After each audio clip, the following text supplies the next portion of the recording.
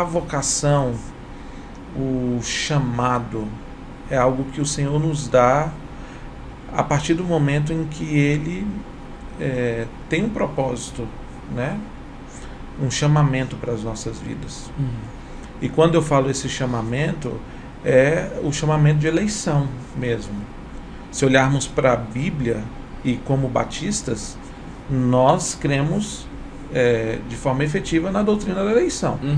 Isso é indiscutível, né? Principalmente para nós batistas. A doutrina da eleição é algo que nos acompanha desde os nossos tempos mais remotos, né? Isso é indiscutível.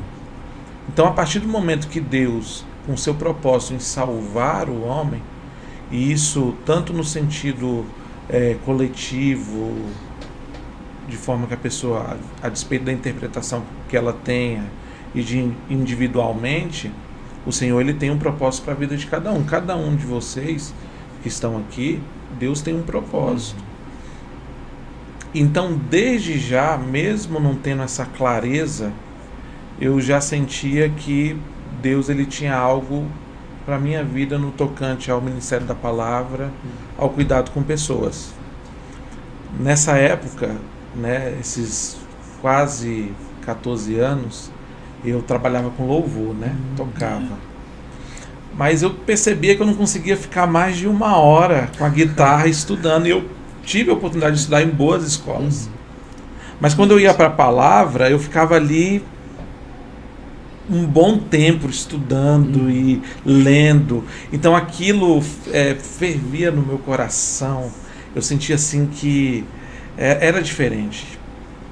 Então com isso eu já percebia que o Senhor tinha um chamado para a minha vida, voltado para o ministério da palavra e para o ministério pastoral. Entendi. Só que ainda eu ainda não tinha nascido de novo. Eu tenho essa certeza, porque eu vivia durante esses anos preso ao pecado. E quando eu falo preso ao pecado, é porque lá em 1 João vai dizer que todo aquele que é nascido de Deus não vive na prática do pecado. É o pecado habitual. É o circunstancial, né? Não é o circunstancial. Sim. Então preste bem atenção.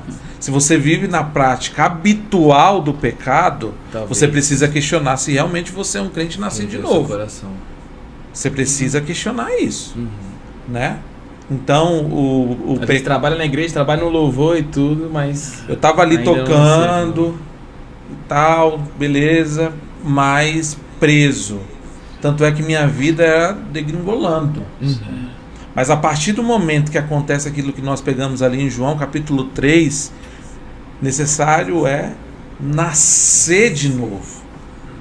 E foi uma obra do Espírito. Aí as cadeias, as algemas. E nesse momento é que eu começo a ter uma nova percepção daquilo que já estava em mim, que era o ministério da palavra.